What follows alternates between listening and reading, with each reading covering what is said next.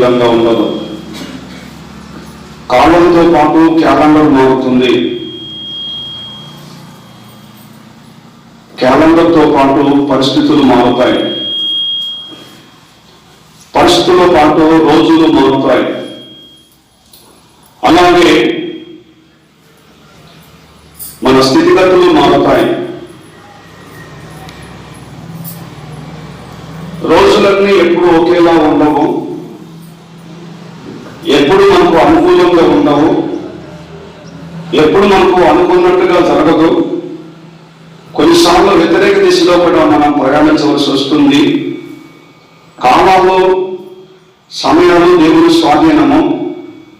మరొకసారి జ్ఞాపకం చేస్తున్నాను, రోజులు మారుతాయి, కాలం మారుతుంది, క్యాలెండర్ మారుతుంది, పరిస్థితులు మారుతాయి.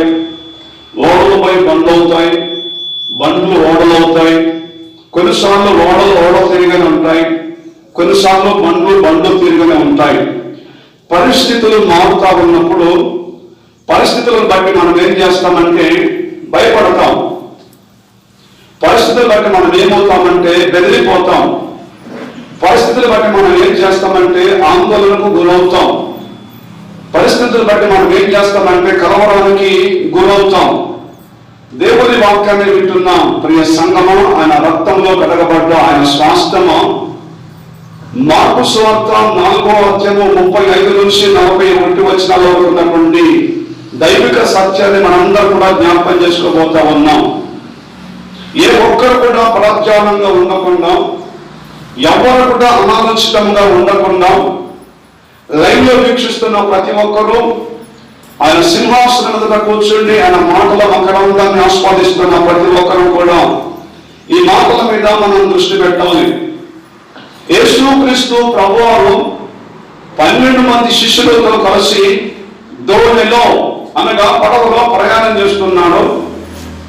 ఆ ప్రయాణం చేస్తున్నప్పుడు యేసు ప్రభుతో పాటు మరికొన్ని దోణులు ఉన్నాయి. క్యాల్కులేషన్ తెలియదు కానీ, ఎన్ని దోణులు ఉన్నాయని తెలియదు కానీ మరికొన్ని దోణులు ఉన్నాయి. జరిగిన సంఘటన, ఆనాడు వారు ఎదుర్కొన్నటువంటి పరిస్థితి, వారు కల్లారా లైవ్లో వారు అనుభవించినటువంటి అనుభూతిని పరిశుద్ధాత్మ దేవుడు బైబిల్ గ్రంథంలో ఎందుకు పొందుపరిచాడంటే, వారు వెళ్ళిన మార్గము గుండా ఏదో ఒక సందర్భంలో, ఏదో ఒక పరిస్థితుల్లో, ఏదో ఒక కాలంలో వాక్యం చెబుతున్న నేనైనా, వాక్యం వింటున్న మీరైనా, ఆత్మీయులైనా, దేవుని పిల్లలైనా ఎవరైనా సరే వెళ్ళే రోజు ఒకటి వస్తుంది. ఆ రోజు వచ్చినప్పుడు ఈ మాట చేత మనం ధైర్యం తెచ్చుకోవాలని, ఈ మాటల చేత మనం బలపరచబడాలని, ఈ మాటల చేత మనం నిబ్రంతో ఉండాలని పరిశుద్ధాత్మ దేవుడు మత్తయి, మార్కును, లూకాను, యోహాను వీళ్ళ నలుగురిని మాత్రమే కాకుండా 40 మంది ప్రవక్తలను, 40 మంది దేవుని సేవకులను బైబిల్ గ్రంథాన్ని రాయడానికి వారిని ఉపయోగించుకున్నాం. సరే, ఈరోజు మనం ధ్యానం చేస్తున్న ధ్యానాంశం ఏంటంటే, పరిస్థితులను బట్టి భయపడుతున్నావా? వారు ఎదుర్కొన్న పరిస్థితి భయానకమైన పరిస్థితి. వారు ఎదుర్కొన్న సంఘటన ఎవరు కూడా తప్పించలేని, ఎవరు కూడా దరి చేర్చలేని, ఎవరు కూడా గమ్యం చేర్చలేని భయానకమైన వాతావరణంలో వారు ఉన్నారు. దేవుని వాక్యాన్ని వింటున్నటువంటి ప్రియ సంఘమా, దేవుని పిల్లవారా, మనందరూ కూడా గమనించాలి. యేసుక్రీస్తు ప్రభువారు మార్కు సువార్త 4వ అధ్యాయంలోనే 35 నుంచి 41 వచనాల వరకు ఉన్న మాటల మీద మనం దృష్టి పెట్టాలి. ఎస్పెషల్లీ ప్రత్యేకంగా 37వ వచనాన్ని ఒకసారి మనం చదువుకుందాం. అప్పుడు పెద్ద తుఫాను రేగి, ఎక్కడండి చెప్పాలి అందరూ, మీ నోటిని దేవుడు తన వాక్యముతో నింపును గాక. ఆమేన్. ఆయన ఉన్న రైట్, ఆయన ఉన్న రైట్, ఆయన ఉన్న దోణి మీదనే ఎందుకు తుఫాను వచ్చి పడుతుంది? ఆయన ఉన్న దోణిని తుఫాను ఎందుకు టార్గెట్ చేసింది? ఆయన ఉన్న దోణిలోనికి నీళ్ళెందుకు వచ్చి నిండిపోయాయి? మిగతా దోణులు ఉన్నాయి కదా, మరి మిగతా దోణిలో కూడా కొంతమంది ప్రయాణం చేస్తున్నారు కదా, మరి ఆ దోణుల సంగతి ఏంటిది? ఆ దోణిలో ప్రయాణం చేస్తున్న వారి స్థితి ఏంటిది? ఆయన ఉన్న దోణి మీదనే అలలు కొట్టినందున దోణి నీళ్లతోని నిండిపోబోతుంది అని లేదు, దోణి నిండిపోయింది ఆల్రెడీ. చాలా మంది ఏం చేస్తారంటే, చాలా మంది బయటికి కొంతమంది చెప్తారు, చాలా మంది కొంతమంది బయటకు చెప్పుకోలేక లోపల అంటారు, నాకే రావాలా ఈ కష్టాలు, నాకే రావాలా ఈ బాధలు, నాకే రావాలా ఈ శ్రమలు, నాకే రావాలా ఈ రోగము, నాకే కలగాలా ఈ తిప్పలు, నాకే రావాలా ఈ అప్పులు, నేను నాకంటే భక్తి లేని వాళ్ళు, నాకంటే దేవుని భయం లేని వాళ్ళు, నాకంటే విశ్వాసం లేని వాళ్ళు అన్ని చూడండి, వాళ్ళు ఎంత బాగుంటున్నారో. సొంత ఇల్లు బాగుంది, కిరాయిల్లో ఉన్న వాళ్ళు చూడండి ఎంత ఆనందంగా ఉంటున్నారో. నాతో పాటు వివాహమైన వాళ్ళకు పిల్లలు పుట్టారు, నాకే పిల్లలు పుట్టలేదు. నాతో పాటు వివాహమైన వాళ్ళు సొంతంగా ఇల్లు కొనుక్కున్నారు, ఇల్లు కట్టుకున్నారు, వాళ్ళ కాలంలో వాళ్ళు స్థిరపడ్డారు. ఇంకా నాకు అతి లేదు గతి లేదు. నాతో పాటు చదువుకున్న వాళ్ళకు ఉద్యోగాలు వచ్చాయి, నాకు ఇంతవరకు ఉద్యోగం రాలేదు. నాతో పాటు ఈ యొక్క రంగంలో వచ్చిన వారికి ప్రమోషన్స్ వచ్చాయి, నాకు ప్రమోషన్స్ రాలేదు. నేనే ఉన్నానా? నా రాత ఏంటిదో, నా బతికేంటిదో, నా జీవితం ఏంటిదో, నేను పుట్టిన గడి ఏంటిదో, నా చేతికి ఏంటిదో, నా తరాలు ఏంటిదో, నా కర్మ ఏంటిదో, నా బాధ ఏంటిదో నాకే రావాలా? నేనే ఉన్నానా? ఈ భూమి మీద ఇంకెవరూ లేదా? నన్నే ఎందుకు శ్రమలను టార్గెట్ చేస్తా ఉన్నాయి, నన్నే ఎందుకు శ్రమలు ముట్టడి వేస్తా ఉన్నాయి అని చాలాసార్లు ఎవరైనా సరే మనం ఏం చేస్తామంటే, ఆవేదనను ఆపుకోలేక, అణుచుకోలేక, ఇతరులతో మన ఆత్మీయులతో నైబర్స్తో మనతో ప్రేమించే వారి మాటలు పంచుకుంటున్న సందర్భాలు చాలా ఉన్నాయి, చాలా ఉంటాయి. కొంతమంది పంచుకుంటారు, కొంతమంది అణుచుకుంటారు, కొంతమంది పంచుకోలేరు, కొంతమంది దాచుకుంటారు. ఇటువంటి పరిస్థితులు గుండా వెళుతున్నప్పుడు ఎవరైనా సరే నేనే ఉన్నానా, నాకే రావాలన్నా, మా ఇంటి తక్కువ చూడండి, మా బంధువులు చూడండి, నాలో ఉన్న భక్తి వాళ్ళలో కూడా లేదు, వాళ్ళకంటే పోల్చుకుంటే నేను కొంచెం బెటర్, మందిరానికి వెళ్తాం, దేవునికి ప్రార్థన చేస్తాం, కొంచెం పద్ధతిగా నీతిగా నిజాయితీగా ఉండటానికి నేను ఇష్టపడతాను. ఏ నీతి లేని అక్రమంగా అడ్డదారిలో జీవిస్తున్న వాళ్ళు చూడండి ఎంత బాధ బతుకుతున్నారో. వాళ్ళకే కష్టాలు లేవు, వాళ్ళకే రోగాలు లేవు, వాళ్ళకే అప్పులు లేవు, వాళ్ళకే తిప్పలు లేవు. ఎందుకండి ఇటువంటి పరిస్థితి తోపరుస్తుంది? నేనే ఉన్నానా? మా ఇల్లే దొరికిందా? మా కుటుంబమే ఉందా? మా బతుకులే దొరికాయా? మా జీవితాలే ఇలా తడలేకపోతా ఉన్నాయి. ఎందుకు? మా కర్మ ఏంటిది? ఎన్నోసార్లు మనము ఇతరులతో పంచుకుంటున్నప్పుడు ఆవేదన ఆపుకోలేక వెళ్ళగలుగుతా ఉంటాం బయటికి. ఉన్నారు ఎవరైనా ఇటువంటి పరిస్థితి గుండా వెళుతున్నప్పుడు, నేనే దొరుకుతున్నానా, నేనే ఉన్నానా, మా కుటుంబమే ఉందా, మా జీవితాలే ఉన్నాయా, మా కళ్ళ ముందు, మా ఇంటి ముందు, మా బంధువులు, మా వెనుకున్నోళ్ళు, మా వీధుల్లో ఉన్న వాళ్ళు ఎంత బాగా బతుకుతున్నారండి, మా బతుకులు ఏంటో ఎట్ట తగలడ్డాయి అనుకున్న వాళ్ళు నాకు చేతులు ఎత్తండి ఒకసారి. అనుకున్న వాళ్ళంటే చేతులు ఎత్తండి ఒకసారి. ఒకటి. ఎవరో అనుకోలేదా? ఎవరు అనుకోలేదా? ఎందుకు మరి మనం సందేహిస్తా ఉన్నాం? ఎందుకు పరిశుద్ధాత్మ దేవుని సన్నిధిలో మనము దాచుకుంటా ఉన్నాం?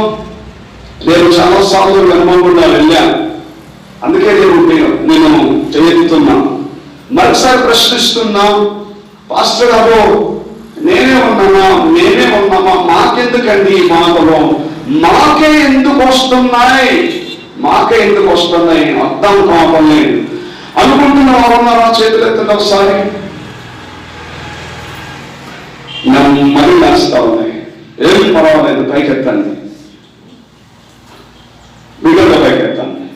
అయితే దేవుడు మీతోనే మాట్లాడుతున్నాడు, పరిశుద్ధాత్మ దేవుడు మనతోనే మాట్లాడుతున్నాడు. చాలా మంది పెద్దలు ఏమంటారంటే, ఆయన ఉన్న దోణ మీద అలలు కొట్టినందున. మీరు ఇంటికి వెళ్ళిన తర్వాత 37 నుంచి 45 వచ్చిన వరకు జాగ్రత్తగా మీరు చదివితే, ఆయన వెంబడి మరికొన్ని దోణలు వచ్చాయి. ఆ దోణల గురించి పరిశుద్ధాత్మ దేవుడు రాయటం లేదు, కానీ ఆయన ఉన్న దోణ గురించి మాట్లాడుతున్నారు. అలలు కొట్టినందున మిగతా దోణులు బాగానే ఉన్నాయి, మిగతా దోణిలో ప్రయాణం చేస్తున్న వారు బాగానే ఉన్నారు.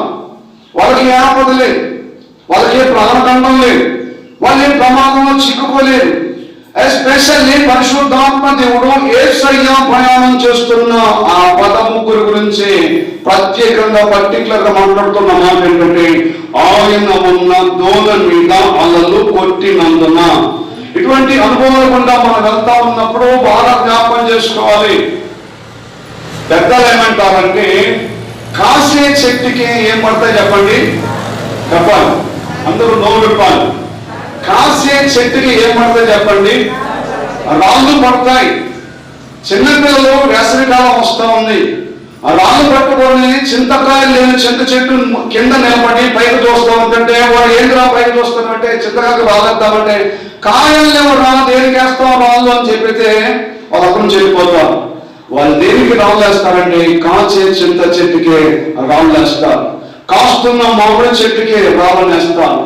దేవుని సన్నిధిలో, దేవుని సహవాసంలో, దేవుని ఆత్మీయ యాత్రలో ఆయనతో కలిసి అడుగులు వేస్తూ ఉన్నటువంటి మనల్ని సాతాను ఏం చేస్తాడంటే టార్గెట్ చేస్తాడు. సాతాను మనల్ని ఏం చేస్తాడంటే పడగొట్టడానికి, పతనం చేయడానికి ఏ మాత్రం కూడా వాడు వెనకడుగు వెయ్యడు అనే వాస్తవాన్ని దేవుని పిల్లలమైన మనందరూ కూడా బాగా గమనించాలి. మార్కు సువార్తలోని మనము 4వ అధ్యాయం 37వ వచనం మనం చదువుతా ఉన్నాం. ఆయన అప్పుడు పెద్ద తుఫాను రేగి 33 నుంచి 36 చదువుతున్నాను.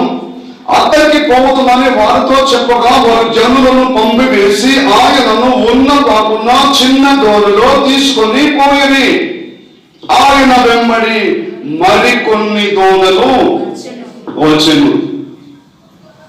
ఆ దోణి మీద తుఫాను పడుతున్నట్టుగా, ఆ దోణిలో ఉన్నవారు ప్రమాదంలో చిక్కుకున్నట్టుగా, ప్రాణగంధములో ఉన్నట్టుగా పరిశుద్ధాత్మ దేవుడు మనకు తెలియపరచడం లేదు. కానీ మనకు తెలియపరుస్తున్న సత్యం ఏంటంటే, యేసయ్య ఉన్న దోణిలోనే అలలు కొట్టి పడతా ఉన్నాయి.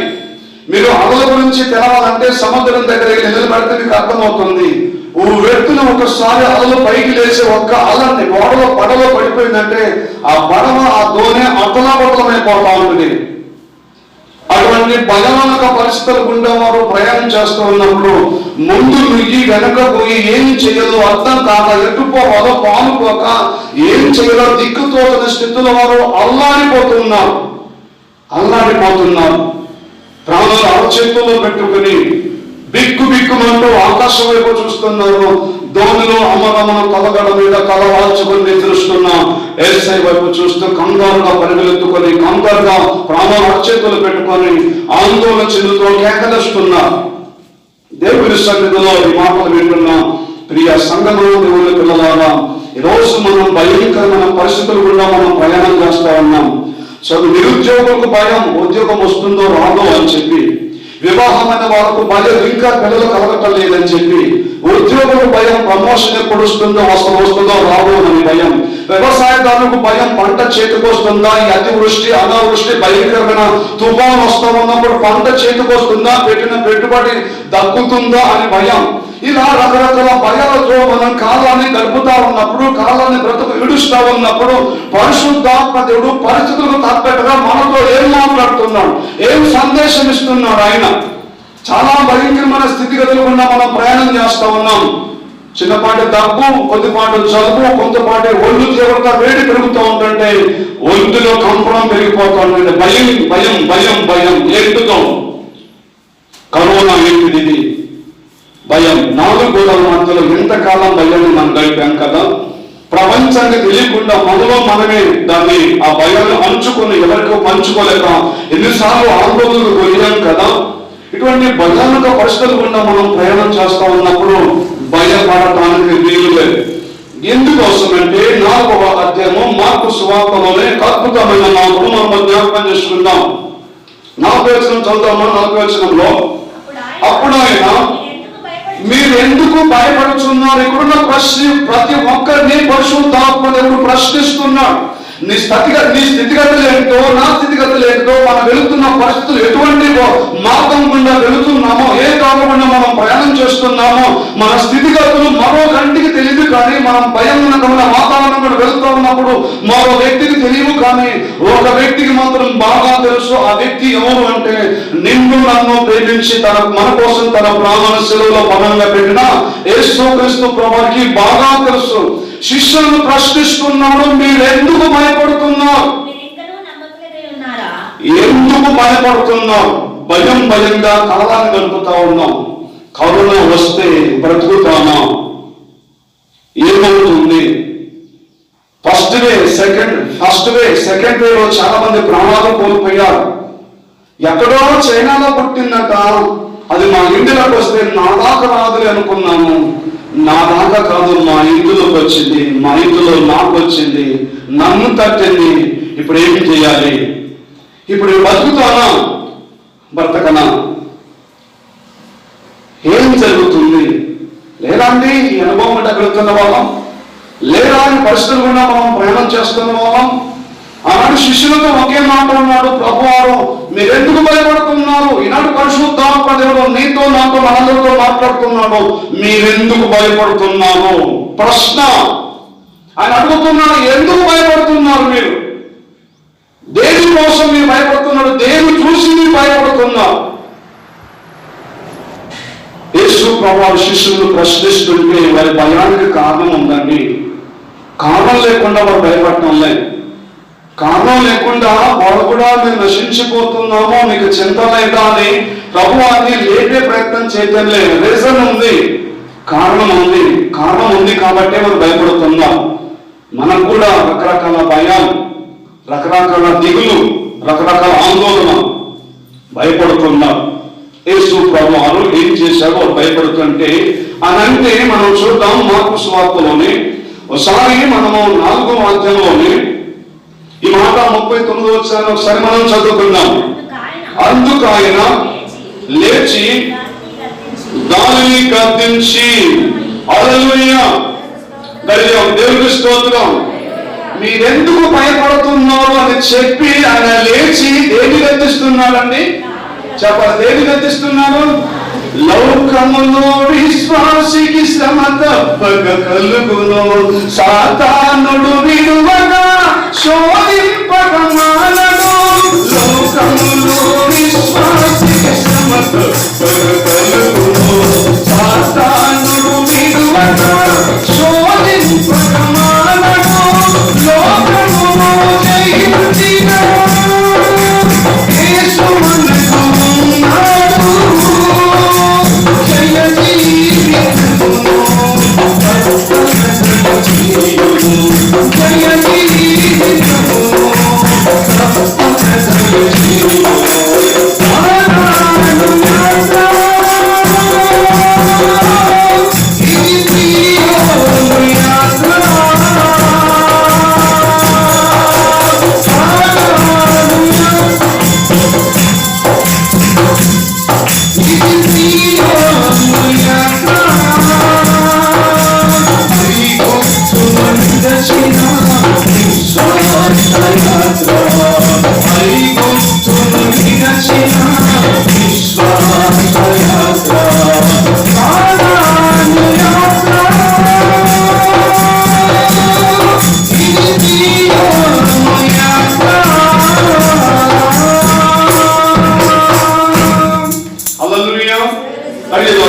దేవునికి స్తోత్రం. ప్రశ్న ఏంటంటే 39వ వచనంలో దేన్ని గద్దిస్తున్నాడు ఆయన? చెప్పాలి, దేన్ని గద్దిస్తున్నాడు? చూసి చెప్పండి అండి, దేన్ని గద్దిస్తున్నాడు? గాలిని గద్దించడం ఏంటిది? 37వ వచనం చదవండి ఒకసారి. 37వ వచనంలో అప్పుడు పెద్ద తుఫాను రేగి వారున్న దోణి మీద ఏంటండి? చెప్పాలి, ఏం కొట్టాయి? అందరూ చెప్పాలి, ఏం కొట్టాయి? 39వ వచనంలో దేని గద్దిస్తున్నాడు ఆయన? అలలు గద్దించారు, కానీ గాలి గద్దించడం ఏంటండి? కొట్టేది అలలు, ఆయన లేచి గాలిని గద్దించడం ఏంటిది? ఎప్పుడైనా అనుమానం వచ్చిందా? ఎప్పుడైనా ప్రశ్న వేసుకున్నామా? క్లాస్ రూమ్లో పిల్లలు అల్లరి చేస్తా ఉంటే టీచర్ గారు ఏం చేస్తారంటే అల్లరి చేయని పిల్లల్ని కొడతారు. అంతేనండి. క్లాస్ రూమ్ లో పిల్లలు అల్లరి చేస్తుంటే అల్లరి చేయకుండా బుద్ధిగా ఉన్న పిల్లల్ని కొడతారు. రైటా? రాంగ్. ఎవరిని కొడతారు? అల్లరి చేసే పిల్లల్ని కొట్టాలి. అది పద్ధతి, అది ధర్మం. అల్లరి కొడుతుంటే గాలిని కట్టించడం ఏంటిది? ఎప్పుడైనా ప్రశ్నించుకున్నామా? బైబిల్ బంగారు గనుల నుంచి ప్రయాణం చేస్తున్నప్పుడు ఎప్పుడైనా ప్రశ్నించుకున్నామా? అలలు కొట్టినందున. ఇంట్లో తమ్ముడు తప్పు చేస్తే మమ్మీ వచ్చేసి అన్నని కొట్టింది అనుకోండి, మమ్మీ నన్ను కొడతానేదే. అసలు అరిసింది ఎవరు? అసలు తేట చేసింది ఎవరు? దోమ చేసింది ఎవరు? ఎవరు చేసింది ఎవరు? తమ్ముడు చేస్తే, చెల్లె చేస్తే, అక్క చేస్తే నీకన్నా లూజా? తెలియగల పిల్లలు ప్రశ్నిస్తారు తల్లిదండ్రుల్ని. ఏ డాడీ, నేను చక్కగా చదువుకుంటున్నా, నువ్వు ఎవరిని గద్దిస్తావు? మమ్మీ నన్ను పెడతావు? అన్నయ్య వాడు అల్లరి చేసింది, నేను కాదు, నువ్వు వచ్చి నన్ను గద్దిస్తున్నావు. ఓహో సరే అనుకుంటా, మనం సరి చేసుకుంటా, కొంచెం పొరపాటు అయింది కాబట్టి కొంచెం కవర్ చేసుకుంటే వెళ్ళిపోతా ఉంటుంది. పిచ్చి చెట్లు మన ఇంటి వాతావరణంలో పెరుగుతుంటే కొమ్మలు ఎక్కేస్తామంటే మళ్ళీ కొంతకాలం తర్వాత ఆ కొమ్మలు ఏమొస్తాయండి? మళ్ళీ పెరుగుతూ ఉంటాడు. అదే కొమ్మలు పెరుగుతున్నాయండి, మళ్ళీ కొమ్మలు ఎందుకు పెరుగుతున్నాయండి? అనుమానం వచ్చింది ఎప్పుడైనా సరే? మన ఇంటి ఆవరణంలో, మన ఇంటి వాతావరణంలో, మన ఇంటి ప్రాంగణంలో పిచ్చి చెట్లు పెరిగి విపరీతంగా కొమ్మలు వస్తా ఉంటుంటే మనం వెళ్ళి కొమ్మలు కొట్టేశాం. మళ్ళీ కొంతకాలం తర్వాత మళ్ళీ కొమ్మలు పెరుగుతూ ఉన్నాయి. అర్థం మాట్లే కొమ్మలు ఎందుకు పెరుగుతున్నాయి అబ్బా? అర్థమైంది మీకు ఏమన్నా? దేని పట్టాలి? దేని పట్టాలండి? ఏసై బాగా తెలుసు, సృష్టికర్తకు బాగా తెలుసు. అలలు కొడుతుంటే గాలి ఎందుకు గద్దిస్తున్నాడు? గాలిని గద్దించడానికి గల కారణం ఏంటిది? గాలిని గద్దించడానికి గల కారణం బాగా ఉంది. నీ భయానికి, నా భయానికి మూలాన్ని ఆయన భూకట్టెలతో పెకలించి వేస్తాడు. హల్లెలూయా. ఆయన కొమ్మలు తీసేసే దేవుడు కాదైనా మన భయానికి మూల కారణం ఏంటో, దేని చూసి మనం భయపడుతున్నామో, దేని చూసి మనం గర్జన ఒలిగిపోతున్నామో, దేని పేరు చెబితే మన ఒంటిలో రోమలు నిద్ర పడుస్తాయో, దేని చూస్తే మన కంటి మీద కునుకు పాడకుండా, నిద్రపోకుండా, నిద్రహారాలు మానవేసి భయంగా కాళ్ళని వెళ్ళపుచ్చుతాము. ఆ భయాన్ని కోకట వేళతో సహా మన దేవుడు ఏం చేస్తుంటే పీకి పెకలించి వేస్తాడు. హల్లెలూయా. ఇంత గాలి ఎందుకు గద్దిస్తున్నాడో తెలుసా? అలలు తమ దారిని అవి చక్కగా అవి ప్రయాణం చేస్తానంటే గాలి వచ్చేసి ఏం చేసిందండి? చెప్పాలి. మీరు ఎప్పుడైనా సరే సముద్ర తీరం దగ్గర, బీచ్ దగ్గర నిలబడి చూస్తే అలలు ఎప్పుడు పైకి బాగా లేస్తాయంటే గాలి వచ్చినప్పుడా, గాలి అన్నప్పుడా? రైట్. గాలి వచ్చి ఏం చేసిందంటే నింపాదిగా, కుదురుగా, ప్రశాంతంగా ఉన్న అలలను లేపిటి నువ్వు వెళ్ళి ఎక్కడ పడాలో? యేసు ప్రభు శిష్యులు ప్రయాణం చేస్తున్న దోణలో పడవ నువ్వు. గాలిని గద్దించాలి. అలలు లేవడానికి గల కారణం ఏంటంటే గాలిని గద్దిస్తే ఆటోమేటిక్ గా అలలు ఏమైపోతాయి? శిష్యులు అంటున్నారు, ఈయన ఎవరో? గాలి, సముద్రము ఈయనకు లోబడుతున్నది. మొట్టమొదటగా దేవుని సన్నిధిలో మాటలు వింటున్న ప్రియ సంగమం గమనించాలి. మన భయానికి కారణాన్ని వేర్లతో సహా తీసేస్తాడు ఆయన. కొమ్మలు వెళ్తే ఏం ఉపయోగం? కొమ్మలు చదివితే ఏం ప్రయోజనం? మళ్ళీ వస్తా ఉంటాయి అవి, ఆ చెడ్డ కొమ్మలు, ఆ చెట్టు కోకటి వేలతో పెగిలించి వేసేస్తే ఇక మొలలు ఆ చెడ్డ చెట్టు. మన భయాన్ని కూడా పరిశుద్ధాత్మ ఏం చేస్తాడంటే, మన భయానికి కారణం ఏంటిదో శిష్యులు అడుగుతున్నాడు. మీరెందుకు భయపడుతున్నారు అని ప్రశ్నిస్తుంటే వారు ఏం చేస్తున్నారంటే, మేము నశించిపోతున్నాం, ఈ గాలి, ఈ అలలు, ఈ తుఫాను మమ్మల్ని ముంచి చంపబోతున్నాయ్యా. వాళ్ళ భయానికి కారణం ఏంటంటే అలలు. ఆ అలలు ఎడగల కారణం ఏంటంటే గాలి. కాబట్టి ఆ భయము అలలు మొట్టమొదటిగా ప్రారంభంలో గాలి. ఈ గాలిని ఏం చేస్తున్నాడంటే ఆయన గాలిని గర్దిస్తున్నాడు. అందుకోసం ప్రభు ఏమంటున్నాడంటే మార్కు సువార్తలోనే ఒకసారి మాట మనం జ్ఞాపకం చేసుకుంటాం. 40 వచనం చదువుతారా? మార్కు సువార్త. అప్పుడు ఆయన, మీరెందుకు భయపడుచున్నారు? మీరింకను నమ్మిక లేక ఉన్నారా? బాగా జ్ఞాపకం చేసుకోవాలి. దేవుని సన్నిధిలో ఈ మాటలు వింటున్నా దేవుని సంగమా మనందరూ కూడా గుర్తు పెట్టుకోవాలి. యేసయ్య అన్నటువంటి మాట ఏంటంటే మీరెందుకు భయపడుతున్నారో. రెండో మాట ఏంటంటే మీరింకను నమ్మిక ఉంచలేకపోతున్నారా? ఒక ఐడియా జీవితాన్ని మారుస్తుందో లేదో మనకు తెలియదు, కానీ ఒక ఐడియా జీవితాన్ని మారుస్తుందో మార్చదో మనకు తెలియదు. కానీ మన భక్తి మాత్రం మనకేమిస్తుందంటే భరోసా ఇస్తుంది. మన భక్తి మనకేమిస్తుందంటే ధైర్యం ఇస్తుంది. మన భక్తి మనకేం కలగజేస్తుందంటే భయాన్ని పారదోలుతుంది. మన భక్తి మనకేమిస్తుందంటే నిబ్బరాన్ని కలగజేస్తుంది. యోగు గ్రంథంలో అద్భుతమైన మాటలు మనం జ్ఞాపకం చేసుకుందాం. దేవుడి సన్నిధిలో పరిశుద్ధాత్మ దేవుడు యోగుతో మాట్లాడుతూ 4వ అధ్యాయంలోనే ఆలోచనను ఒకసారి మనం చదువుకుందాం. యోగు గ్రంథము 4వ అధ్యాయంలోనే ఒకసారి ఆలోచన చూద్దామా? నీ భక్తి నీకు ధైర్యము పుట్టింపదా? ఇది మన పరిశుద్ధాత్మ దేవుడు ప్రశ్నిస్తున్న మాట. నీ భక్తి నీకు ధైర్యము పుట్టించదా? మనం వెళుతున్న పరిస్థితుల్లో మనం చేస్తున్న భక్తి మనకు ధైర్యం ఇవ్వదా? మనం ఎదుర్కొంటున్న భయానకమైన వాతావరణం గుండా మనం బయట పడవేయడానికి మన భక్తి మనకు భరోసా ఇవ్వదా? ఇంతకు ముందు ఒక మాట మనం అనుకున్నాం, ఒక ఐడియా జీవితాన్ని మారుస్తుందో మార్చుతుందో మనకు తెలియదు, కానీ మన భక్తి మాత్రం మనకేమిస్తుందంటే భరోసా ఇస్తుంది. మన భక్తి మనకేమిస్తుందంటే ధైర్యం ఇస్తుంది. మన భక్తి మనకేమిస్తుందంటే ఆత్మస్థైర్యాన్ని ఇస్తుంది. మన భక్తి మనకేమిస్తుందంటే నిబ్బరాన్ని కలగజేస్తుంది. మన భక్తి మనకేమిస్తుందంటే బలమును చేకూరుస్తుంది. పరిశుద్ధాత్మ దేవుడు యోగు ప్రవక్త ద్వారా మాట్లాడుతూ తెలియజేస్తున్న మాట ఏంటంటే నీ భక్తి నీకు ధైర్యం పుట్టించడం లేదా? అయితే నువ్వు భయపడుతున్నావా? అయితే భక్తిహీనత, రక్తహీనత, వస్త్రహీనత, ఈ హీనత ఉంటాయి చూసారా? ఈ హీనత మనకు అర్హత అవసరతను తెలియపరుస్తుంది. మనలో ఎప్పుడైతే భక్తి తగ్గుతుందో, మనలో ఎప్పుడైతే దేవుని మీద ఆత్మీయత విశ్వాసంలో మనం సన్నగిల్లిపోతామో ఆటోమేటిక్ గా భక్తి స్థానంలోకి భయం వచ్చేస్తుంది.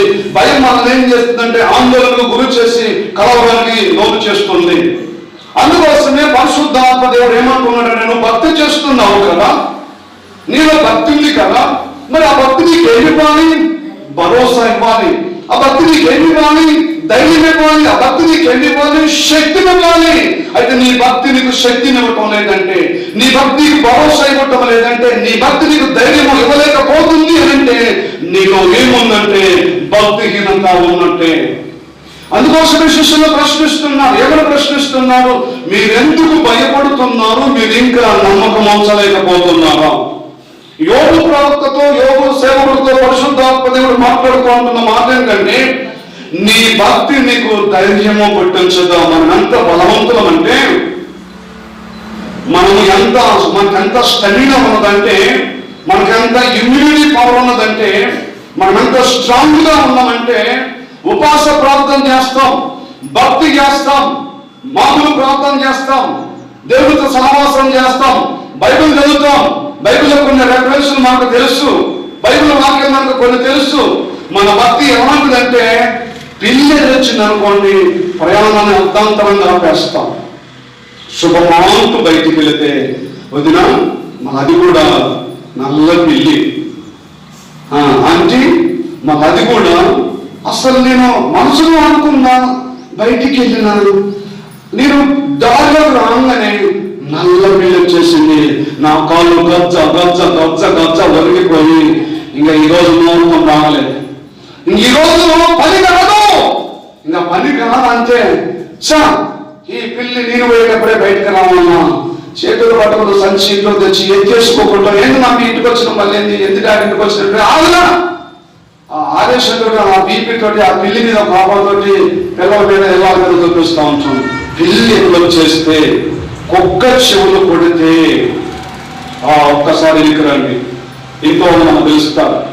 బండి తీస్తా ఉన్నామా, ప్రయాణానికి సిద్ధపడి మనం నగేస్తూ బయటకు వచ్చేసామో, పాపం ముఖ్యంగా చెవులు పెట్టుందో పాపం నాకే తెలుసు, దాన్ని చెవులు బురద వచ్చేసి అలా కొట్టేసరికి రైట్ నేను అనుకుంటూనే ఉన్నా, ఏదో అవశ్యకత ఎదురవుతుంది అనుకుంటూనే ఉన్నా. అనుకున్నట్టుగానే ఆ పిల్లి రాలేదని కుక్క చెవులు కొట్టేసింది. అమ్మో ఎవరో ఏ పని ఏమవుతుందో కాదో, వాళ్ళు ఇస్తారో ఎవరో, వాళ్ళు దొరుకుతారో దొరకదో, ఈ కుక్క పోవడదాను అనే కుక్కని ఎన్నుకుంటూ లోపలికి వచ్చేస్తాం. బడ్జెట్ దొరికింది అనుకోండి, అమ్మో పంచపానాలు మనం లోపల కరిగిపోతూ ఉంటాం. ఈ బల్లి ఉండి మన కుడి పక్క కాదు ఎడం పక్క దోక్కూడదట, ఎడం పక్క కాదు కుడి పక్కనే దోక్కూడదట. మళ్ళా ఎందుకో నేను నిజంగా అనుకుంటూనే ఉన్నా, నిన్నటి నుంచి ఆలోచన చేస్తా ఉన్నా. కుడి కన్ను పట్టా పట్టా పట్టా పట్టా ఎగురుతుంటే దాన్ని ఆన్సర్గా మాత్రమా జంటునో రసన ఆగట్లేదు. కుడి కన్ను ఎగురుతుంది, బయటికి వెళ్తేనేమో పిల్లి ఎదురు వచ్చేసింది, ఒక్కడో చెవులు కొట్టేసింది. ఇవన్నీ ఆపశకనాలే. ఇది మనకు ధైర్యం పుట్టించే మన భక్తి, ఇది మనం చేస్తున్నటువంటి మనం పాటిస్తున్నటువంటి సంప్రదాయపు భక్తి. పరిశుద్ధాత్మ దేవుడు అంటున్నాడు, నీ భక్తి నీకు ధైర్యం పుట్టించుతాం. 2వ దినవృత్తాంతాల గ్రంథంలోనే 23వ అధ్యాయంలోనే అద్భుతమైన యాజకులను మీకు పరిచయం చేయబోతున్నాం. అతలాకుతలమవుతున్న అస్తవ్యస్తమైపోతున్న రాజ్య పరిపాలనలో ఆ భక్తుడు ఎంతో అద్భుతమైన ధైర్యం తెచ్చుకున్నాడో 2వ దినవృత్తాంతాల గ్రంథము 23వ అధ్యాయము ప్రారంభ వచనాన్ని ఒకసారి మనము జ్ఞాపకం చేసుకుందాం. 2వ దినవృత్తాంతముల గ్రంథంలోనే ఒకసారి 23వ అధ్యాయము మొదటి వచనాన్ని ఒకసారి మనం చదువుకుందాము. అంతటా 7వ సంవత్సరమందు యెహోయాదా ఏం తెచ్చుకున్నాడండి? అసలు ఈ మాట చదువుతున్నప్పుడు పరిశుద్ధాత్మ దేవుడా 7వ సంవత్సరమందు యెహోయాదా అనే దైవజనుడు ధైర్యం తెచ్చుకోవాల్సిన పరిస్థితి ఎందుకు వచ్చింది? అసలు ఆయనకి ఎందుకు కావాల ధైర్యం? 7వ సంవత్సరమందు యెహోయాదా అనే యాజకుడు ధైర్యము తెచ్చుకున్నాడు. ఈరోజు దేవుని మందిరములో దేవుని పాద పీఠం ఎదుట సింహాసనం ఎదుట కూర్చున్న మనము కానీ, లైవ్ లో వీక్షిస్తున్న ప్రతి ఒక్కరూ కానీ ప్రస్తుత పరిస్థితుల్లో మనం తెచ్చుకోవాల్సినటువంటి వస్తువు ఏదైనా ఉన్నది అని అంటే అది కేవలం ధైర్యమే. యెహోయాదా ధైర్యము తెచ్చుకొని, ఎందుకు ధైర్యం తెచ్చుకుంటున్నాను? అసలు ఏం జరిగింది జరిగిందని తనకు ధైర్యాన్ని పరిశుద్ధాత్మ దేవుడు ఆపాదిస్తున్నాడు అని అంటే, అతల్య అనే ఒక రాక్షసి ఉన్నది. రాక్షసాన్ని నీకు ఎందుకు అంటున్నానంటే ఆమె భక్తుపడాలనుకుంటారు. మీకు అర్థం కావాలన్న మాట ఉపయోగించా. అతల్య అనే ఒక మూర్ఖురాలు ఉంది. రాజవంశజులందరినీ కూడా కర్కశంగా చంపి పడేసింది. ఎవరు కూడా తనకు ఎదురు లేకుండా ఉండటానికి రాజకుమారులందరూ కూడా హతమందించేసింది. దొరికిన వాళ్ళు దొరికినట్టుగానే పొట్టలు పెట్టకుండా హతమార్చేసింది. అతల్య 6 సంవత్సరాలు రాజ్యం వెళుతుంది. 6 సంవత్సరాల నుంచి రాజ్యం వెళుతుంటే ఒక్క సేవకుడు కానీ, ఒక యాజకుడు కానీ, ఒక లేవీయుడు కానీ ఏ ఒక్కరు కూడా ధైర్యం చేసి ప్రశ్నించే సందర్భాలు లేవు. అందరూ కూడా బిక్కుమంటూ 6 సంవత్సరాలు గృహ నిర్బంధంలో ఉండిపోయి ఆ అరాచక పాలన అనుభవిస్తా ఉన్నారు. ఏ అరాచక పాలన అంటే అతల్య అనే ఒక మూర్ఖురాలు ఉంది. మీరు ఇంటికి వెళ్ళిన తర్వాత 2వ దినవృత్తాంతాల గ్రంథము 22వ అధ్యాయం అంతా మీరు చదవండి. అతల్య ఏంటిదో, ఆమె ఏం పరిపాలన చేస్తుందో, ఆ పరిపాలనలో రక్తపు టేరు ఎలా పాలించిందో, నీతిమంతులు ఎలా పొట్టను పెట్టుకుందో చదువుతున్నప్పుడు మీకు అర్థమవుతుంది. అవన్నీ ఎక్స్ప్లెయిన్ చేయడానికి సమయం చాలదు కనుక మా 2వ దినవృత్తాంతంలో 23వ అధ్యాయం ప్రారంభోత్సవంలో యెహోయాదా ధైర్యము తెచ్చుకొని, ఈరోజు మనకు కావాల్సినటువంటి అద్భుతమైనటువంటి వాతావరణంలో మనకి ఏం కావాలంటే ధైర్యం తెచ్చుకోవాలి. వైద్యుడు చెప్తున్నా, మీరు ఎవరు కూడా ఆ సింప్టమ్స్ కనపడుతుంటే, ఆ లక్షణాలు మీకు అనిపిస్తుంటే మీరు ధైర్యపడండి. నెగిటివ్ వచ్చేసింది, నెగిటివ్ ఫీలింగ్స్ తో కాకుండా పాజిటివ్ వచ్చేసింది, అయిపోయింది నా పని. 2 సార్లు తప్పించుకున్నా, 3వ సారి చిక్కిపోయా. ఈ మధ్య ఒకరితో మాట్లాడుతుంటే మొదటి వేళ తప్పించుకున్నాం, 2వ వేళ తప్పించుకున్నాం, ఇది త్వరగా మూడోసారి నేను దొరికిపోయినా, కరోనా దొరికిపోయినా. అయినా ఏం కావాలి, బాగానే ఉంది, వాసన అవుతుంది, అన్ని తింటున్నా రైట్. ఈ ఫీజులతో, ఈ భావంతో, ఆలోచనతో మనం ఉంటే ధైర్యంగా ముందుకు వెళ్తాం. ఎంతమందిని ఈ థెరపీలో, ఎంతమందిని ఈ కరోనా సింటమ్స్ వలన ఎవరిలో ఉందో ఎవరిలో లేదో, ఎవరికి వచ్చిందో ఎవరికి రాలేదో, వచ్చిన వాళ్ళు ఏమవుతారో, వస్తే ఎప్పుడు తగ్గిపోతుంది, దానికి విరివిడేంటుగా దానికి ఎలా ఉండాలో, ఎటువంటి జాగ్రత్తలు తీసుకోవాలో అర్థం కాక అయోమయంగా బిక్కుమంటూ ఎవరికి చెప్పుకోలేక, ఎవరితో పంచుకోలేక, ఎవరికి తెలియజెప్పక లోపల కుటుంబీకులమో మనమే మదన పడుతూ ఉన్నప్పుడు పరిశుద్ధ మరియు లేకుని మాట్లాడుతున్నాడు. మీరెందుకు భయపడుతున్నారు? మానవ ఆకారంగా ఆయన చూస్తున్నారు యేసుప్రభువుని, ఆయన శరీరంగా చూస్తున్నారు, కానీ పంచభూతాలను శాసించే పరాక్రమశాలిగా ఆయన్ని చూడలేకపోతున్నారు. యెహోయాదా ఎందుకు ధైర్యం తెచ్చుకున్నాడంటే, అతల్య మూర్ఖంగా పరిపాలన చేస్తూ అందరూ చెప్పుతుంది ఎదురు లేకుండా, ఓ హిట్లర్ లాగా అందరూ చంపేస్తా ఉంటుంటే ఇక లాభం లేదు ప్రభా, ఈ అరాచక పాలనకు అంతం పెట్టాలి, చెక్ పెట్టాలి అని చెప్పేసి యెహోయాదా ఈ అద్భుతమైన యాజకుడు ముందుకు వచ్చేసి 8 మందిని పిలిచారు బయటికి. లేవీయులారా మీరు వచ్చేసేయండి, ఇందులో సమావేశం అవుతాం, ఈ అతల్య దుర్మార్గపు పాలనకు మనం అంతం చెయ్యాలి, చెక్ పెట్టాల్సిందే అని యెహోయాదా వాళ్ళందరూ కూడా సమకూర్చి, మీరు వెళ్ళండి, వెళ్ళి యూదా దేశం అంతటా 4 దిశలా కూడా ఈ వార్తను ప్రచురించండి.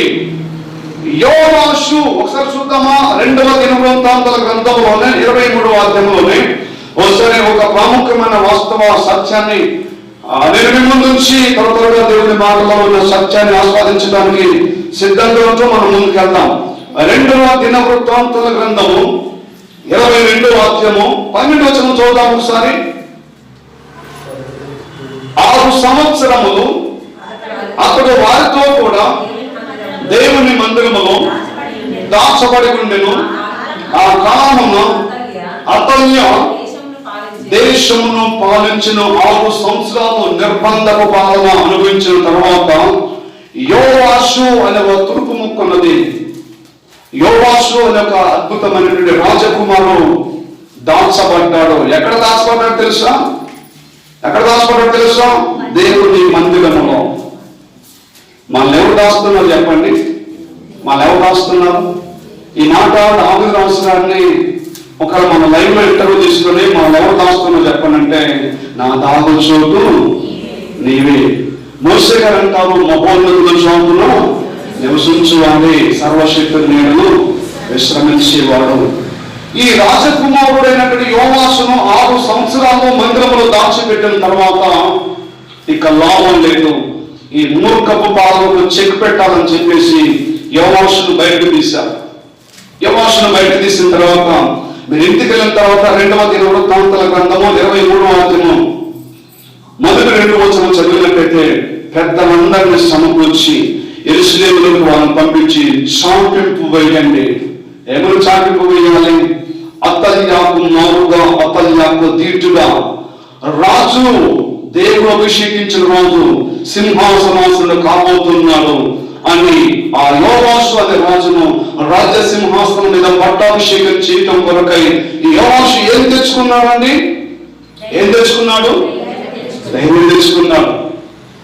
దేవుడు ధైర్యపరుస్తాడు. ఆ ధైర్యం మీద అపవాది నీళ్లు చల్లే ప్రయత్నం చేస్తాడు. అందుకోసమే మనం దేవుని వైపు చెయ్యాలి, దేవుని వైపు మన దృష్టి కేంద్రీకరించాలి. యెహోషువను కూడా దేవుడు ధైర్యపరిచాడు.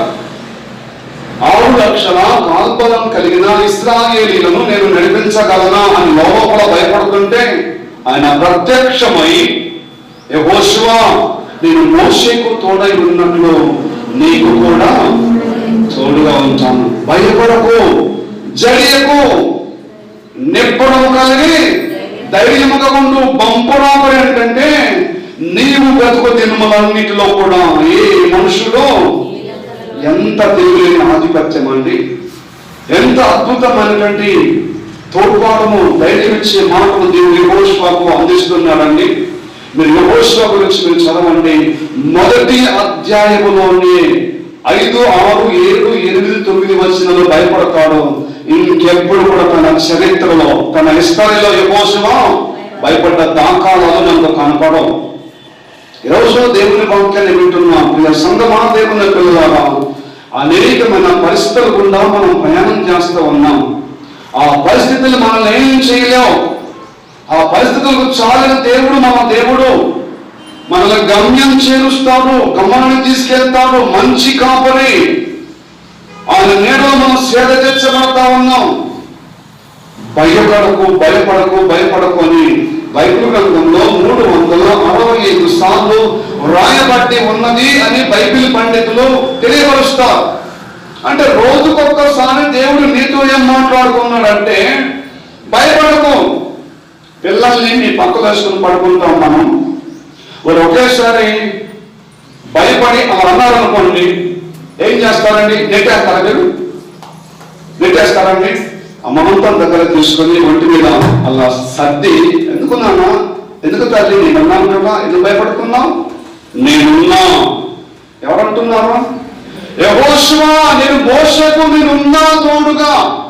నేను కూడా నీకు ఎలా ఉంటానంటే, నీవు బ్రతికిన దినములన్నింటిలో కూడా ఏ రాజైనా, ఏ యుద్ధ వీరుడైనా, ఏ యుద్ధం చేసే నేర్పరైనా నీ ముందు నిలబడలేడు. అంతటి అద్భుతమైన అఖండమైనటువంటి తోడ్పాటును యెహోషువకు ఆనాడు దేవుడు అందిస్తున్నాడు. ఈ శిష్యులు కూడా ఏమంటున్నాడంటే, యేసుక్రీస్తు ప్రభువు మీరెందుకు భయపడుతున్నారు? భయం మనిషిని మానసికంగా చంపుతుంది. భయం మనిషిని ఏం చేస్తుందంటే ఆందోళనకు గురి చేస్తుంది. భయం మనం ఏం చేస్తుందంటే కలవరానికి గురి చేస్తుంది. భయం భవిష్యత్తు మీద ఆశలు కోల్పోయేలా చేస్తుంది. భరోసా ఏమిస్తుందంటే ధైర్యం ఇస్తుంది. ఏంటా ఇలాంటి నేను నిజమే. హంస కొన్నాళ్ళు, హింస కొన్నాళ్ళు, కరువు కొన్నాళ్ళు, సమృద్ధి కొన్నాళ్ళు, అమావాస కొన్నాళ్ళు, పొన్నమి కొన్నాళ్ళు, ఇలా తమకు తామే ధైర్యం తెచ్చుకుంటూ అడుగులు వేసే వారు లేకపోలేదు. వాళ్ళకంటే మరీ ముఖ్యంగా పరిశుద్ధాత్మ దేవుడు ఈనాడు మనల్ని ప్రశ్నిస్తున్న ప్రశ్న ఏంటంటే, నీ భక్తి నీకు ధైర్యము పుట్టించదా? లేదయ్యా, ధైర్యంగా ఉండాలి. ఒకసారి అపోస్తల కార్యముల గ్రంథంలోకి వెళ్దాం. ఒకసారి అపోస్తల కార్యముల గ్రంథంలోని 27వ అధ్యాయంలోని 20వ వచనము 21వ వచనం మనం చదువుకున్నాం. అపోస్తల కార్యముల గ్రంథము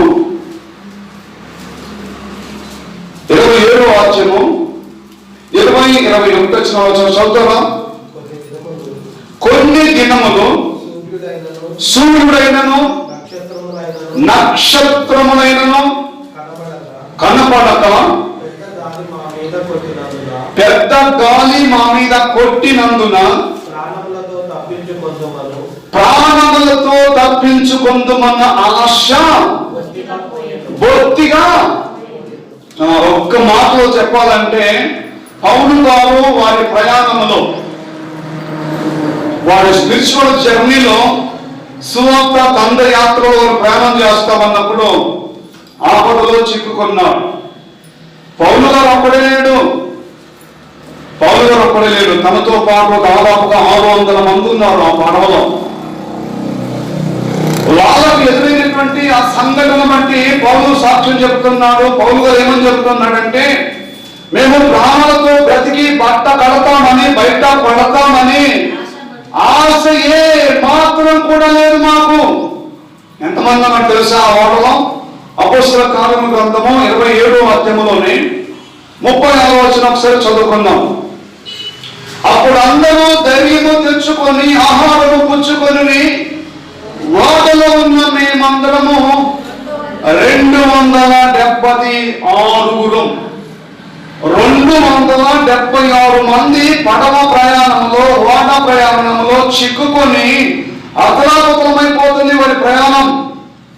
భక్తుడే కదా, దేవుని సేవకుడే కదా, దేవుని రాజ్య సువార్త ప్రకటిస్తున్నాడు కదా, నాకెందుకు వస్తున్నా ఈ బాధ అని తను తెచ్చుకోవడం లేదు. కానీ ఆ 276 మందితో ఏమంటున్నాడంటే, మీరు ధైర్యం తెచ్చుకోండి. ఎందుకు తెచ్చుకోవాలి ధైర్యం? భయపడుతున్నారు. మీకు తెలుసా, వారు ప్రయాణం చేస్తున్న ఆ సిచ్యువేషన్ మాకు తెలిస్తే ఒళ్ళు గోగుర్లు పోటు వస్తూ ఉంటుంది. వాళ్ళు ప్రయాణం చేస్తున్నటువంటి ప్రయాణం ఎక్కడ ప్రయాణం చేస్తున్నారంటే సముద్రం మీద ప్రయాణం చేస్తున్నారు. ఆషామాషి ప్రయాణం కాదు అది. ఆ ప్రయాణంలో ఓడంతా కూడా పగిలిపోయింది, చెక్కలన్నీ కూడా విడిపోయాయి.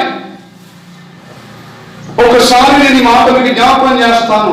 41వ వచనం చదవండి. ఎంత భయంకరమైన ప్రమాదంలో చిక్కుకున్నారో అర్థమవుతుంది. 2 ప్రవాహములు కలిసిన స్థలమందు చిక్కుకొని ఓడను మెట్ట పట్టించిరి. 2 ప్రవాహాలు కలిసిన స్థలమందు చిక్కుకున్నారు. 2 ప్రవాహాలు. పుట్నోట్లో కలిసిన అనే మాట కింద ఒకసారి పుట్నోట్లో 1 అనేది కదా, కలిసిన అనే మాట పుట్నోట్లో 1 అనే దగ్గర కింద చూస్తే 2 నదులు కాదు, 2 చెరువులు కాదు, 2 సముద్రాలు కలిసిన ప్రదేశంలో వారు చిక్కుకున్నా. వారి దగ్గర కూడా 2 నదులు కలిసే స్టోక్ ఉంది కదా, అక్కడ ఆ స్థలానికి మేము వెళ్ళాం. 2 నదులు కలిస్తే ఆ ప్రవాహము విపరీతంగా ఉంటుంది. అది లైవ్ లో చూస్తేనే తప్ప అది మనం ఎక్స్ప్లెయిన్ చేయలేం. అంతకంటే భయానకమైన వాతావరణంలో పౌలు గారు తనతో బాబు ప్రయాణం చేస్తున్న 276 చిక్కుకుంటే ఏమని సాక్ష్యం ఇస్తున్నారంటే, మేమందరము బ్రతుకుతామన్న ఆశ మాకు జల సమాధి అయిపోతాం, మా పని అయిపోయింది. 2 సముద్రాలు కలిసిన చోట మా వాడ చిక్కుకుంది. 12-1 గంటప్పుడు మన బండిలో పెట్రోల్ అయిపోతుంది, గద్దలు అందుకుపోతాం. దగ్గర పట్ల పెట్రోల్ బంకులు లేవు, డీజిల్ లేవు, ఇంటికి ఎట్లా పోవాలి? ఎట్లా పోవాలంటే నడుచుకుంటేనే పోవచ్చు రాత్రంతా కూడా. 2 సముద్రాలు కలిసిన చోట వీళ్ళు చిక్కుకుంటే వీళ్ళని ఆదుకునే నాదుడు ఎవరండి? వీళ్ళని బ్రతికించి నాదుడు ఎవరండి? అందుకోసమే పౌలు అంటున్నాడు, మేము ప్రాణాలతో బతుకుతామన్న ఆశ మాకు బొత్తిగా లేదు. అందరూ ఏడుస్తున్నారు, 276 ఏడుస్తున్నారు. వాళ్ళలో సైనికులు ఉన్నారు. పౌలు పట్టుకొని తీర్పు తీర్చడానికి వేరే ప్రాంతం తీసుకెళ్తున్నారు. తీసుకెళ్తుంటే ఓడ ప్రమాదంలో చిక్కుకుంటే పౌలు అంటున్నాడు, అయ్యలారా మీరు భయపడమాకండి. తాను కూడా ప్రమాదంలో ఉన్నాడు, కానీ తనతో పాటు ప్రయాణం చేస్తున్న వాళ్ళు ఏం చేస్తున్నాడంటే ధైర్యపరుస్తున్నాడు. ఇంకేమంటున్నాడు తెలుసా? మనకు అపోస్తలుల కార్యములు 27వ అధ్యాయంలోనే ఒకసారి మనం 34 వచ్చిన ఒకసారి చదువుకుందాం. 34లో 14 దినముల నుండి మీరేమి పుచ్చుకొనక ఉపవాసముతో కనిపెట్టుకొని ఉన్నారు గనుక ఆహారము పుచ్చుకొనుడని మిమ్మల్ని వేడుకొనుచున్నాను, ఇది మీ ప్రాణ రక్షణకు. అయ్యలారా మీరు అన్నం తినండి, కనీసం రొట్టె తినండి, మీరు ఏం కాదు, మనం బ్రతుకుతాం, దాన్ని చేరతాం. ఏదో ఒక రకంగా ఏదో ఒక సహాయంతో మనం అతడు చేరుకుంటాం. 2 సముద్రాలు కాదు, 7 సముద్రాలు కలిసిన మన ప్రాణాపాయముల నుండి దేవుడు మనం తప్పించడానికి ఆయన సమర్థుడు అని చెబుతూ ఏమంటున్నాడు తెలుసా? మీలో ఒక్కరి తల వెంట్రుక కూడా రాని కింద పడదు భరోసా ఇస్తున్నా. ఎవరంటున్నారండి? పౌలు అంటున్నాడు. ఆ రాత్రి దూత ప్రత్యక్షమై పౌలుతో మాట్లాడుతున్నాడు. పౌలా, 276 మందిని చేతగా అప్పగించాలి, భయంకరమైన ప్రమాదంలో చిక్కుకుంటారు, కానీ ఒక్కరి తల వెంట్రుక కూడా నేల మీద రాలి పడదు. వాళ్ళందరినీ సురక్షితంగా నేనే ధరించేస్తాను, భరోసా ఇవ్వ వాళ్ళకు. ఓకే ప్రభు ఇస్తానని చెప్పేసి, అయ్యా మీరు అన్నం తినండి, ఈ రొట్టె తినండి, 14 రోజుల నుంచి మీరు ఏం తింటలే, కనుచుడు ఎంత లోపల పట్టుడు ఎంత కడుపు కంటుకొని పోతుందో, మాట కూడా రావటం లేదు, మీరు నిరసించిపోతున్నారు. మనం బతుకుతాం, బయట పడతాం, బయట పడేస్తాడు. నా దేవుడు నాతో మాట్లాడాడు. 276 చెప్పవలసిన భరోసా ఏంటంటే ధైర్యం తెచ్చుకోండి, ధైర్యం తెచ్చుకోండి, ధైర్యం తెచ్చుకోండి. వారు ఎప్పుడు ధైర్యం తెలుసుకున్నారా? నీవు ఒకసారి మాట చూడాలి. మనం అపోస్తలుల కార్యములు 27వ అధ్యాయంలోనే చదువుకున్నాం కదా. 34వ వచనంలో మీ ప్రాణ రక్షణకు సహాయమగును, మీలో ఎవరిని తల నుండి ఒక వెంట్రుకలైనను నశింపదు. హల్లెలూయా. అడిగిద్దాం, దేవునికి స్తోత్రం. ఇక్కడ కూర్చున్న మీలో ఒక్క తలలో ఉన్న వెంట్రుక కూడా రాలి కింద పడదు, ఒక్క వెంట్రుక కూడా నశించిపోదు. ఎంత అద్భుతమైన శ్రద్ధ కదా. ప్రాణం నశించడం అంటాంలే. ఒక తల, మీ తలలో ఉన్న వెంట్రుక ఒక్కటి కూడా రాలి నేల మీద పడదు అంటే రాలదు. ఈ మాటకు మనం డెప్త్ లోకి వెళ్ళి మనం ధ్యానం చేస్తూ ఉంటుంటే కుంకుడుకాయలో మీరా షాంపూ, క్లినిక్, ఆల్కీరో, హెడ్ అండ్ షోల్డర్ పెట్టి రుద్ది పంచలు చూడుతూ ఉంటుంటే పెళ్ళైనప్పుడు జుట్టు ఎంత బాగుంటుందో, ఇప్పుడు చూడు అప్పుడు ఇంతలా జనం పెళ్లి చేసినప్పుడు అసలు అంత మంచిగా ఉండేది. అంతా కూడా మొత్తం ఎకరాలు పీడు పడ్డట్టుగా శుభ్రంగా క్లీన్ అయిపోయింది, ఒక ద్వీపంలా కనపడుతుంది. ఏం లేదు, అందుకోసమే ఏం లేదంటే టోలు పెట్టుకుంటున్నాం. మనం బాగా బాధపడతాం. తలస్నానం చేస్తాడు, పంచలు వెళ్ళిపోతుంటే పాపం బాధలు ఎవరికి చెప్పుకోలేక దగ్గర మింగుకోలేక అంతా పక్కన పెట్టి దగ్గర కూర్చొని ఏం షాంపూ వాడుతున్నాడు? మీరా షాంపూ అదొద్దు, కుంకుడుకాయ వాడు. కుంకులు వాడుతున్నా అదొద్దు, హెడ్ అండ్ షోల్డర్ వాడు. ఎందుకు? జుట్టు రాలిపోతుంది, మొత్తం బోడగుండు అవుతుంది. ఎందుకు? మనం ఏం చేస్తామంటే తలలో ఉన్న వెంట్రుకలు వాలిపోతుంటేనే స్వచ్ఛపడి మనం బాధపడతాం. దేవుడి మాటలు వింటున్న సంగమ పరిశుద్ధాత్మ దేవుడు ఏమంటున్నాడంటే తలలో వెంట్రుకలు సైతం కూడా ఆయన లక్ష్య పెట్టే దేవుడు. ఆయన మనం లక్ష్య పెట్టాం. దూతుంటే రాలిపోతుంటే పోతేపోయినలే అని మేము అనుకుంటాం. స్త్రీలు అనుకోరు ఎట్టా చేసినా సరే యూట్యూబ్లో కొట్టో, ఆట్యూబ్లో కొట్టో, ఏ ఊళ్ళు మంచిదో, ఏ ఆయిల్ మంచిదో, ఏ ఔషధం మంచిదో, జుట్టు పెరగడానికి, నలగ కావడానికి, ఒత్తు పెరగడానికి ఏది వాడితే బాగుంటుందో రకరకాల సెర్చింగ్లు చేసి కొండ నెలకు మందేస్తే 100 నెలకు ఓడిపోయినట్టు చేసేసుకుంటారు కొంతమంది. అనవసరంగా రాత్రి ఆయిల్, అనవసరంగా రాత్రి ఆటోలో బట్టి, యూట్యూబ్లో బట్టి చెప్పింది నేను రాస్తే కనీసం 2 పాయలున్నా పడేదమ్మా. ఇప్పుడు పాయలు పట్టాలా? ఎందుకని? అంతా రాలిపోయింది, ఏం లేదు. మనమే అంత నిష్ఠూర పడతా ఉంటే దేవుడు ఏం చేస్తాడో తెలుసా?